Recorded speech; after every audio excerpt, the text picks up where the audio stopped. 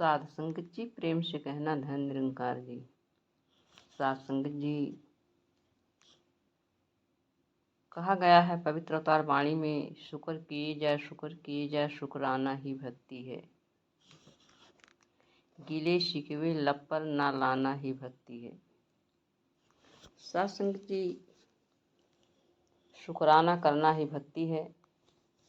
कभी भी इस परम पिता परमात्मा के लिए किसी प्रकार का शिकवा नहीं करना है, शिकायत नहीं करना है, क्योंकि ये मालिक है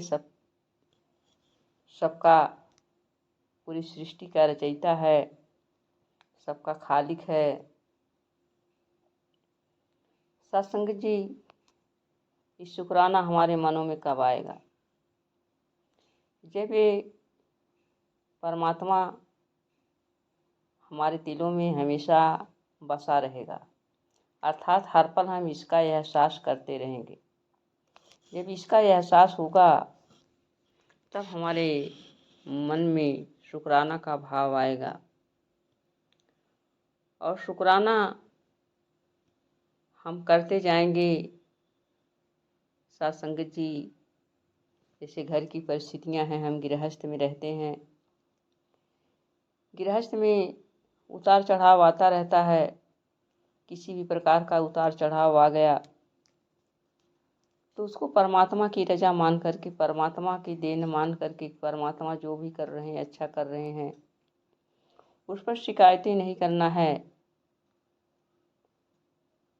और शुक्राना करना है कि हे दाता, तेरा बड़ा शुक्राना, ये तो तूने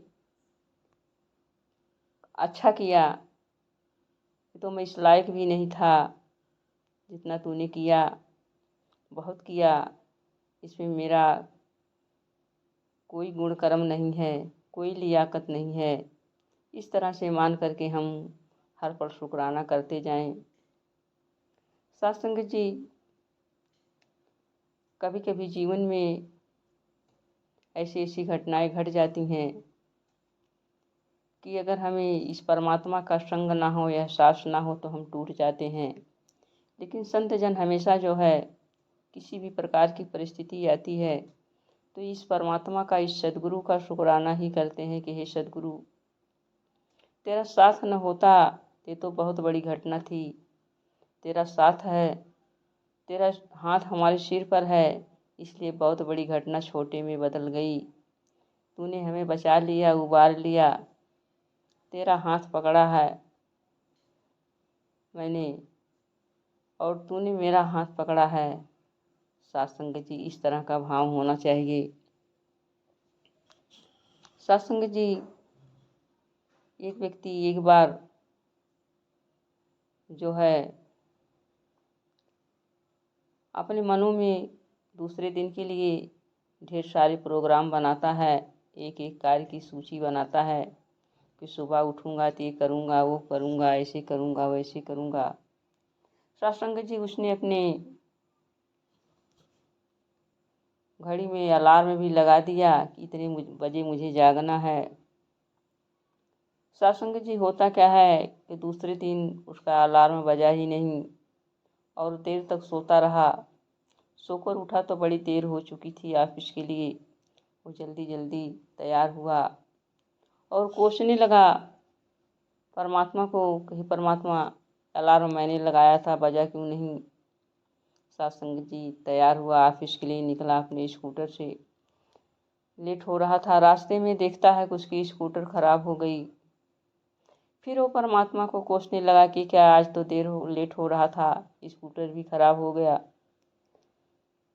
उसको बनवाने लगा, फिर देखता है कभी बनने काबिल नहीं है तो उसको ही छोड़ करके फिर उसने जो है रिक्शे से ऑफिस की तरफ गया और ऑफिस में बहुत ही लेट हो चुका था। पहुंचने के बाद जो है उसे अपने बॉस की डांट भी खानी पड़ती है। सत्संग जी, फिर ऑफिस से थका हारा घर के लिए लौटता है। रास्ते में स्कूटर भी लेता है। घर पर आता है तो देखता है लाइट नहीं है। उसे बहुत चिढ़ होती है कि एक तो दिन भर इतना परेशान हुआ, गर्मी से परेशान हूँ, बेहाल हूँ, घर पर लाइट भी नहीं है। ये सारी परेशानियां वो दिन भर झेल रहा है और परमात्मा के लिए ही शिकायतें करता चला जा रहा है। ये सारी चीज़ें आप मेरे लिए क्यों कर रहे हो? आज ही क्यों करना था आपको? आदि आदि तरह से साध संगत जी वो व्यक्ति रात में सोया। फिर दूसरे दिन आपकी तरह किसी संत के पास गए, वहाँ पर अपने ये सारे घटनाओं का एक एक करके क्रम सहित रख दिया। उस संत ने कहा कि ध्यान से सुनो, ये जो तुम्हारा अलार्म नहीं बजा और तुम लेट उठ गए, रास्ते में तुम्हारा एक्सीडेंट होने वाला था। दातार की कृपा है कि अलार्म नहीं बजा और जिस चीज़ से एक्सीडेंट तुम्हारा होने वाला था वो साधन वो समय ख़त्म हो गया, चला गया और तुम वहाँ एक्सीडेंट होने से बच गए। इसके बाद रास्ते में जब तुम्हारा स्कूटर ख़राब हो गया तो तुम्हारे स्कूटर से ही बहुत बड़ी घटना होने वाली थी। दातार की कृपा है कि तुम्हारा स्कूटर ख़राब हो गया और तुम उस घटना से भी बच गए। दातार ने तुम्हें बचा लिया। साथ संगत जी और ऑफिस में डांट पड़ी तो वहाँ कोई बात नहीं है, डांट पड़ी। फिर थका हारे जब आप घर पर लौटे, आपके घर में लाइट नहीं थी। अगर लाइट होती तो फला समय पर तुम्हारे घर में शॉर्ट सर्किट से आग लगने वाली थी, लेकिन दातार की कृपा है कि लाइट ही कट गई और तुम्हारा घर बच गया, तुम भी बच गए। साथ संगत जी वो जो है नतमस्तक हो गया, संत के चरणों में गिर पड़ा कि मैं जो है दातार को गिले शिकवे से ही नवाजता जा रहा हूँ, कितनी शिकायतें कर डाला। ये दातार तूने मुझे बचा लिया, नहीं तो आज मेरा क्या हो जाता। तो आइए साथ संगत जी, पहले हमारे पास समझ नहीं थी, लेकिन जैसे जैसे हमें सद्गुरु का चरण मिला, हम इनमें डूबते जा रहे हैं, हमें समझ आ गई है। अब हम जो है शिकवे के बजाय हम शुक्राना करते हैं।